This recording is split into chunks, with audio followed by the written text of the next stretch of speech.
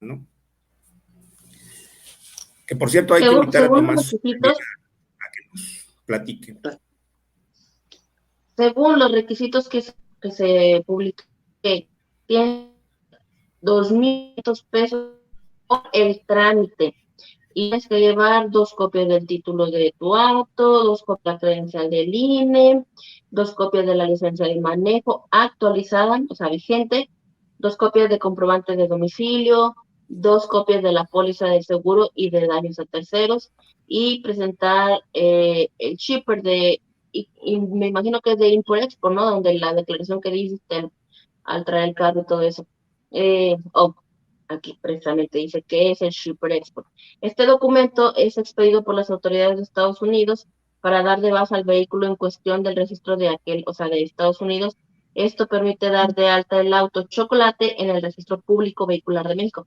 Me imagino que ahí en Matamoros, por ejemplo, ves que hay muchos lotes de carros, ¿no? Me imagino que ese documento te lo han de entregar ya al momento de que tú compras el auto, o sea, te lo da el que te lo vende.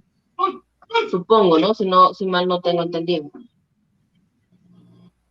Yo no recuerdo. Realmente no. Se supone que con quien realizas tú el trámite te lo hace de ante gobierno del estado en este caso, y es quien te facilita la documentación, ¿no? Es como, digamos, quien hace el trámite y es el encargado de hacerlo ante las autoridades, pues para después ellos bajarte el documento que tú necesitas, ¿verdad? Que te hace acreedor ya ese auto que tienes en tus manos, que es de tu propiedad, pues ya está debidamente legalizado.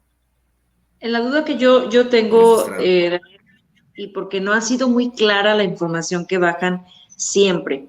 Cuando viví en frontera, para mí regularizar un vehículo significaba ponerle placas amarillas, que tuviera solamente el derecho de circular en la frontera, la línea de los 22 kilómetros, aquellos tan famosos, y que si tú querías circular por alguna otra parte del estado o del país, tenías que sacar un permiso para poder bajar y de tantos días y te va contando y demás. Nada de esto se ha mencionado, puesto que lo hicieron, el decreto hablaba de el Estado. Eso quiere decir que si yo vivo en Ciudad Victoria y tengo un auto chocolate, lo registro en las agencias especializadas que están en frontera para tal efecto. No sé si lo puedo hacer yo directamente o forzosamente tengo que hacerlo a través de ellos, que lo que yo he escuchado es que es hacerlo a través de ellos. Pero, ¿qué pasa? O sea, si yo estoy en Victoria, no estoy en la zona fronteriza, son placas amarillas, me van a dar placas normales del estado, ese tipo de cosas no lo sé y todavía no conozco a nadie cercano que me pueda decir, mira, ya lo hice, las placas no son de las amarillas, sino son las placas normales del estado, como si fuera una nacionalización más que una regularización. Eso es lo que no me queda muy claro. Y siempre dicen regularizar los autos, pero no especifican si es como la antigua regularización de franja fronteriza 22 kilómetros. Eso es lo que no me queda claro. Como que no han dado tanto detalle, ¿no? O sea, simplemente se dijo, se aprobó esta ley, solo el trámite de 2.500 y obviamente depende también de cada estado donde se vaya a realizar el trámite, el costo de las placas, los demás trámites que tengan que hacer. O sea, como que solo han dado a grandes rasgos lo que ya sabías, que se suponía que sabías, pero no tenían aún el permiso para poder hacerlo ya legal. Creo que hay que ahondar más en detalle sobre esto, pero sí, como dice Pati, hay muchas cosas que se desconocen porque yo he estado leyendo y no te dan tanta información que como tú, que no estás en frontera tal cual, o por ejemplo alguna otra persona quizá, o quizá esto solo aplique para las fronteras, quizá alguien del DF no lo va a poder hacer, o sea, son detallitos, ¿no?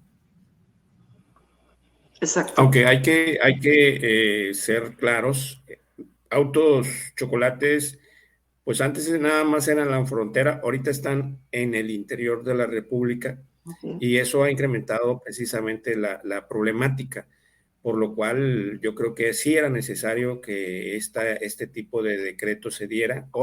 Obviamente no se dio como debiese, según los expertos, pero digo, sí era necesario. Esperemos, hay muchas preguntas, muchos interrogantes.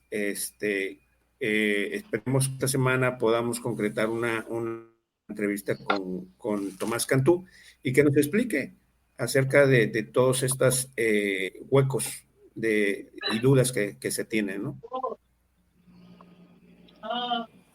Le anotamos un montón de dudas y se las pasamos al buen amigo Tomás. Por cierto, hablando de dudas, había un tema, no sé si esté vigente, es acerca de las votaciones en el extranjero. No sé si tengas algún adelanto, Pati.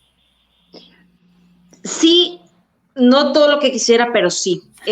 Lo que sí me queda súper claro es que todos los extranjeros que viven, todos los mexicanos que viven en el extranjero, iba a decir todos los extranjeros que viven en el extranjero, tienen que tener su credencial de elector vigente, para eso tienen que acercar al consulado. Ahora, indagando poco a poco, yo no sabía, y no sé si tú estás enterada, Nueva York, Andrea, que existe lo que es el Consejo del IME, con M. No. Existe en Estados Unidos el Consejo del IME, que es el Instituto de Mexicanos en el Extranjero, IME. Contactamos o me dieron la oportunidad de contactar a un consejero del IME y estuve platicando con él en una videoconferencia de Estados Unidos acá y le hice todas las preguntas que pude. Hay dos consejeros por consulado mexicano en Estados Unidos. Y todos ellos incluso viajan y son llamados a la Ciudad de México para poder escuchar sus solicitudes o las solicitudes que tienen todos los migrantes que ya están en Estados Unidos y ver qué se puede hacer, qué no se puede hacer y demás. Yo no sabía que existía. Platicando con él le digo, bueno, esto de las votaciones, y me dijo, sí, pues hay que entrar a votoextranjero.com.mx o algo así, y ahí viene toda la información. Pero sí tienen muchas dudas porque me dice, no conocemos a los candidatos, no nos llega información de los candidatos.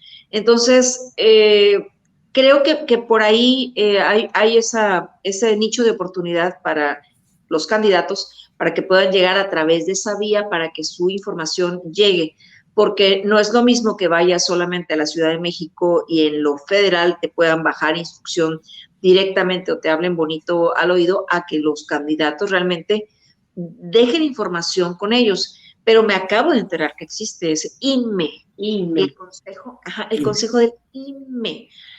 Cuando me dijo, soy consejero del INME, yo dije, en Estados Unidos hay INE, qué bien. No, INME, Instituto de Mexicanos en el Extranjero. 2 consejeros por consulado.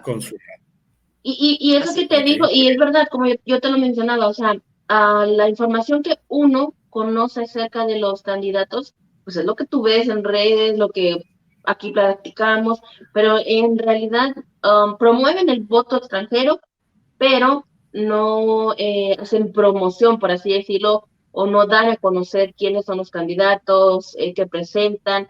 Entonces ahí sí les falta como que mucho en esa cuestión, porque imagínate, los consejeros, que son los consejeros, desconocen, ¿y cómo crees tú que esté la demás gente? Nada.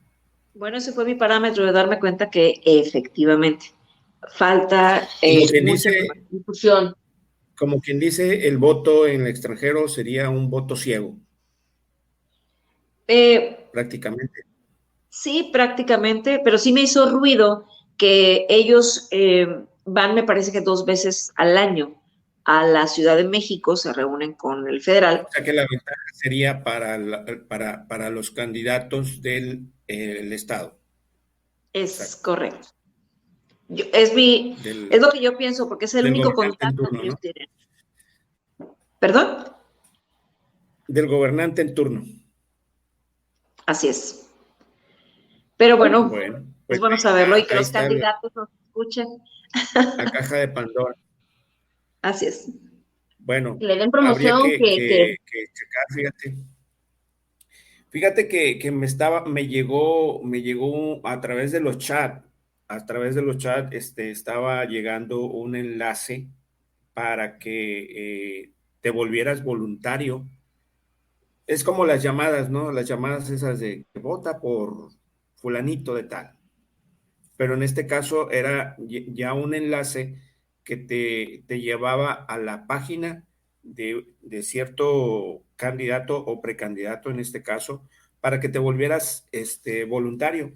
Fíjate que que me di a la tarea de proponerlo también con cierto precandidato. Y bueno, ahí tomaron la, el reporte, digámoslo así, ¿no? Acerca del precandidato, tu precandidato, Pati, ¿qué nos puedes comentar? Por aquí estuvo en Matamoros, fue un sábado, creo, si no me equivoco. Correcto. Y, y estuvimos ahí presentes. Nos hicimos presentes. Está siendo recorrido por todo el estado, ha estado siendo recorrido por todo el estado y efectivamente, en lo que a mí respecta, creo que ha hecho un buen trabajo de acercamiento con la gente, o sea, con su gente.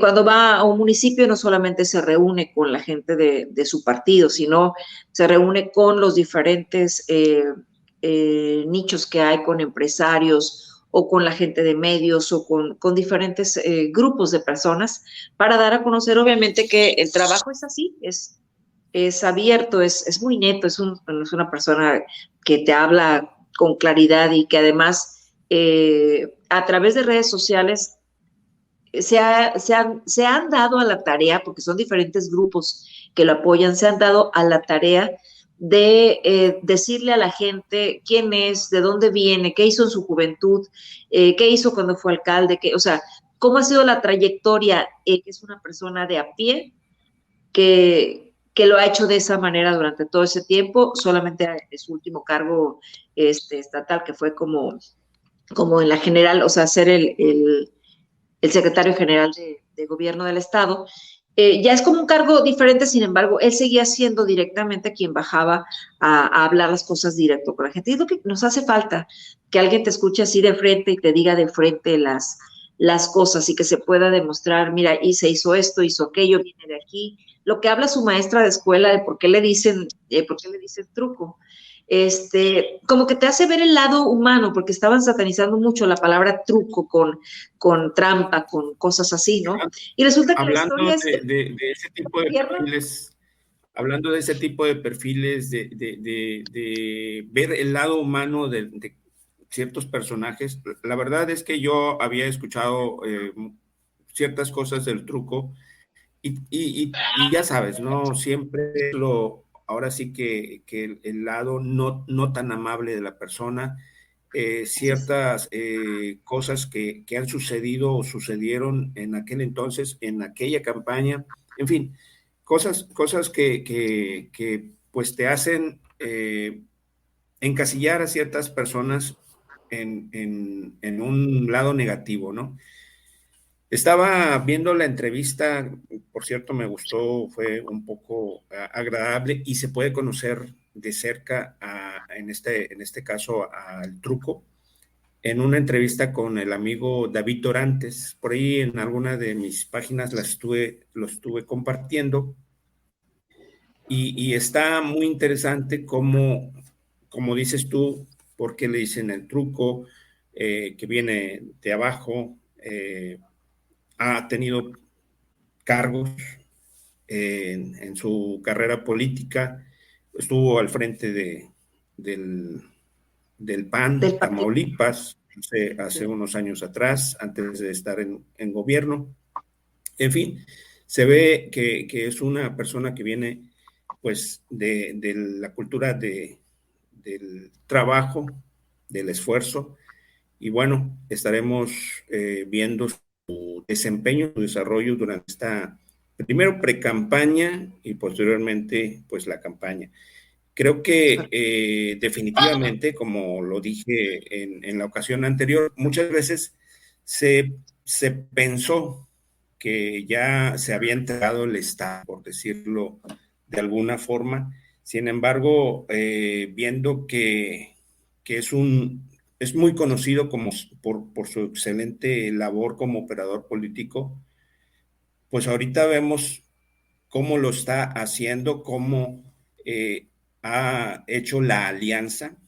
Es una alianza que se ha dado a nivel federal, no se había dado a nivel local, al menos oficialmente.